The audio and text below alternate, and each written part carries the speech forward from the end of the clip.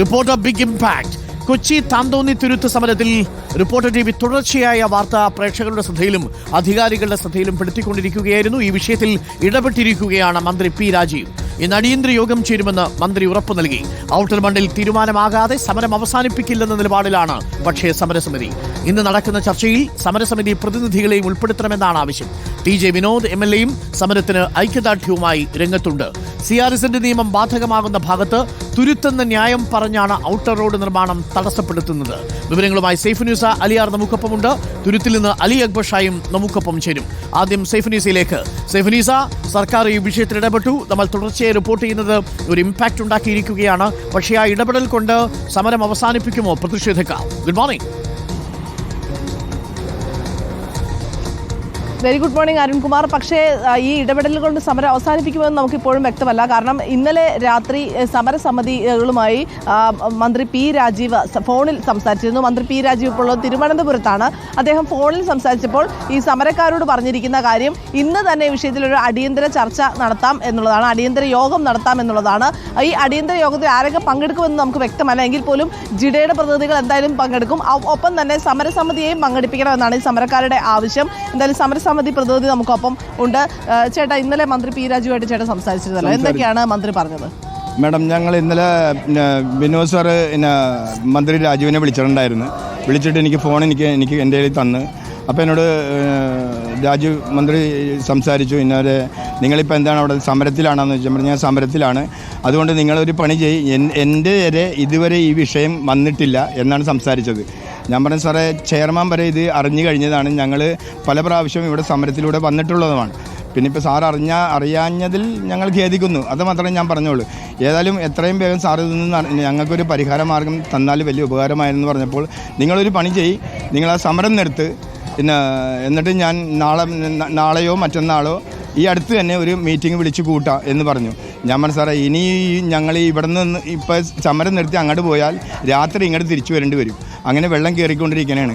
അങ്ങനെയാണെങ്കിൽ സാറ് ഒരു ഉപകാരം ചെയ്താൽ മതി, എത്രയും വേഗം സാറ് ഒരു മീറ്റിംഗ് വിളിച്ച് കൂട്ടി ഞങ്ങൾക്കൊരു പരിഹാരം നടത്തി തന്നാൽ വലിയ ഉപകാരമായിരിക്കും എന്ന് പറഞ്ഞപ്പോൾ ശരി, നിങ്ങൾ MLA കൊടുക്കാൻ പറഞ്ഞാൽ MLA കൊടുത്ത് എന്നാൽ ഒരു പണി ചെയ്യുക. നാളെ തന്നെ, ഇന്നലെ സംസാരിച്ചതാണ്, നാളെ തന്നെ ഇന്ന് ഒരു KCMയുടെ ഒരു സെക്രട്ടറി ആയിട്ടും അവരൊരു കൗൺസിലറുമായിട്ടും ഞാൻ ഇന്ന് അവരെ വിളിച്ചിട്ട് ഇന്ന് പെട്ടെന്ന് തന്നെ ഒരു മീറ്റിംഗ് അറേഞ്ച്മെൻറ്റ് ചെയ്യുക എന്നാൽ പെട്ടെന്ന് തന്നെ ഇന്ന് തന്നെ ചെയ്യാമെന്നാണ് പുള്ളി പറഞ്ഞേക്കണത്. ഉടനെ തന്നെ രണ്ടാമതും പുള്ളി ഫോൺ കൊടുക്കാൻ പറഞ്ഞിട്ട് കൊടുത്തിട്ട് കളക്ടറെ വിളിച്ചിട്ട് അത് എങ്ങനെയാണെങ്കിലും പെട്ടെന്ന് നടത്തി കൊടുത്ത് ഓർപ്പിച്ചിട്ട് ഇന്ന് തന്നെ മീറ്റിംഗ് നടത്തി തന്നെ ഒന്ന് പറയാനായിട്ടും ഇന്നലെ MLA ചെയ്തിട്ടുണ്ട്. ഇനി മീറ്റിംഗ് ഇന്ന് നടത്താമെന്ന് ഒരു ഓഫർ തന്നിട്ടുണ്ട്. ഇനിയിപ്പോൾ ഇന്ന് എത്രത്തോളം ഫലവത്താവുമെന്ന് എനിക്കറിയാൻ പാടില്ല സാർ. ഈ ചർച്ചയിൽ തീരുമാനമാകുന്നവരെ സമരം മുന്നോട്ട് തന്നെ. ചർച്ചയിൽ ഞങ്ങൾക്ക് തീരുമാനമാകുന്നവരെ ഒന്നല്ലേ തരിക, ഇല്ലെങ്കിൽ തരില്ലെന്ന് പറയുക. രണ്ടാലൊന്ന് പറഞ്ഞു കഴിഞ്ഞാൽ ഞങ്ങൾ ഇവിടെ നിന്ന് പോവുക. അല്ലാണ്ട് പിന്നെ ഒന്നല്ലേ ഞങ്ങൾക്ക് കിട്ടണം. അപ്പോൾ പിന്നെ തന്നില്ലെന്ന് പറഞ്ഞു കഴിഞ്ഞാൽ പിന്നെ അതിനെ ആഗ്രഹിച്ചിട്ട് കാര്യമില്ലല്ലോ. ഞങ്ങളിത് ആഗ്രഹിപ്പിച്ചേക്കണ കാര്യം തന്നില്ലെന്നല്ല, പാസ്സാക്കിയിട്ടേക്കണ കാശാണ്. 3.5 കോടി രൂപ അവിടെ ലോലാൻഡ് പ്രദേശത്ത് മണ്ണടിക്കാനായിട്ട് 3.5 കോടി രൂപ ജിഡ പാസ്സാക്കിയിട്ടുണ്ട്. ആ ഒരു 3.5 കോടി രൂപയുടെ ഒരു പദ്ധതി ഇവിടെ നടന്നിട്ടില്ല. 6 കോടി രൂപയുടെ ബണ്ട് നിർമ്മിക്കാനായിട്ട് ഈ പാസ്സാക്കിയിട്ടുണ്ട്, അതും ഒന്നും നടന്നിട്ടില്ല. അതും 10-13 വർഷങ്ങൾ കഴിഞ്ഞ് 9.5 കോടി രൂപ പാസ്സായി കിടക്കുന്നതാണ്. അതിലൊരു നടപടി ഉണ്ടായിട്ടില്ല ഇതുവരെ. ഈ 9.5 കോടി രൂപയിലും ഒരു നടപടിയും ഇതുവരെ സ്വീകരിച്ചിട്ടില്ല. ഞങ്ങൾ ഈ കയറി ഇറങ്ങി വെള്ളത്തിൽ മുങ്ങി വന്ന് ഇവിടെ സംസാരിക്കും. അവർ ഏതെങ്കിലും ഉപാധി പറഞ്ഞ് ഞങ്ങൾ ഇവിടെ നിന്ന് പുറത്താക്കും. ഇതുവരെ ചെയ്തിട്ടുള്ളൂ. ഞങ്ങൾ ഈ ഒരു അനുസരണയുള്ള കുട്ടികളായിട്ട് ഞങ്ങൾ മാറിയിട്ടുള്ളൂ. ഇവരുടെ ഒന്നും ഞങ്ങൾ ചോദിച്ചില്ല. ഇപ്പം ഞങ്ങൾക്ക് നിവർത്തിയില്ല.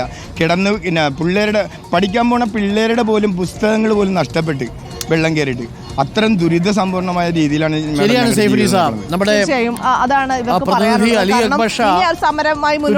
ദൃശ്യങ്ങളൊക്കെ ഇന്നലെ കാണിച്ചപ്പോൾ അതിന്റെ ഭീകരാവസ്ഥ നമുക്ക് ബോധ്യപ്പെട്ടതാണ്. എന്തായാലും മന്ത്രി പറഞ്ഞതനുസരിച്ച് എപ്പോഴേക്കായിരിക്കും അങ്ങനെയാണെങ്കിൽ അടിയന്തര യോഗം ഉണ്ടാവുക സൈഫ് നിസ? അരുൺകുമാർ, ഞാൻ മന്ത്രിയുടെ ഓഫീസുമായി സംസാരിച്ചിരുന്നു. പക്ഷെ നിലവിൽ ഇന്നത്തെ ഷെഡ്യൂളിൽ ഇങ്ങനെ ഒരു ചർച്ച ഉൾപ്പെടുത്തിയിട്ടില്ല എന്നാണ് അറിയുന്നത്. എന്തായാലും മന്ത്രി തിരുവനന്തപുരത്താണുള്ളത്. ഒന്നുകിൽ അത് ഓൺലൈൻ ആയിട്ടായിരിക്കും, അതല്ലെങ്കിൽ അദ്ദേഹം കൊച്ചിയിൽ തിരിച്ചെത്തിയ ശേഷമാകും. ഇതിൽ രണ്ടിൽ ഒന്നായിരിക്കും ഉണ്ടാവുക. പക്ഷെ മന്ത്രിയുടെ ഓഫീസിന് ഇപ്പോഴും മന്ത്രി നൽകിയിരിക്കുന്ന ഉറപ്പിനെ കുറിച്ച് കൃത്യമായി അറിയില്ല എന്നാണ് പറയുന്നത്. നിലവിലെ ഷെഡ്യൂളിൽ ഇങ്ങനെ ഒരു ചർച്ച ഉൾപ്പെടുത്തിയിട്ടുമില്ല എന്നാണ് അറിയുന്നത്. എന്തായാലും പക്ഷേ ഈ സമരസമിതിയിലുള്ളവരും സമരക്കാരും എല്ലാം തന്നെ വലിയ പ്രതീക്ഷയിലാണുള്ളത്. ചേച്ചി, സമരവുമായി മുന്നോട്ട് തന്നെയാണോ?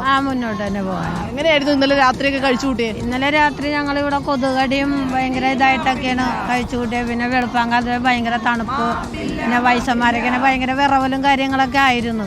പിന്നെ ഞങ്ങൾക്ക് ഇനിയിപ്പോൾ അവിടെ പോയാലും ഞങ്ങൾ ഉപ്പുവെള്ളത്തിൽ മുങ്ങി ഇതിന്റെ അപ്പുറമായിരിക്കും. പിന്നെ ഇപ്പൊ തന്നെ എന്ന് പറഞ്ഞാൽ ഞങ്ങൾക്ക് വെള്ളം ഒരുപാട് ശരി സൈഫു.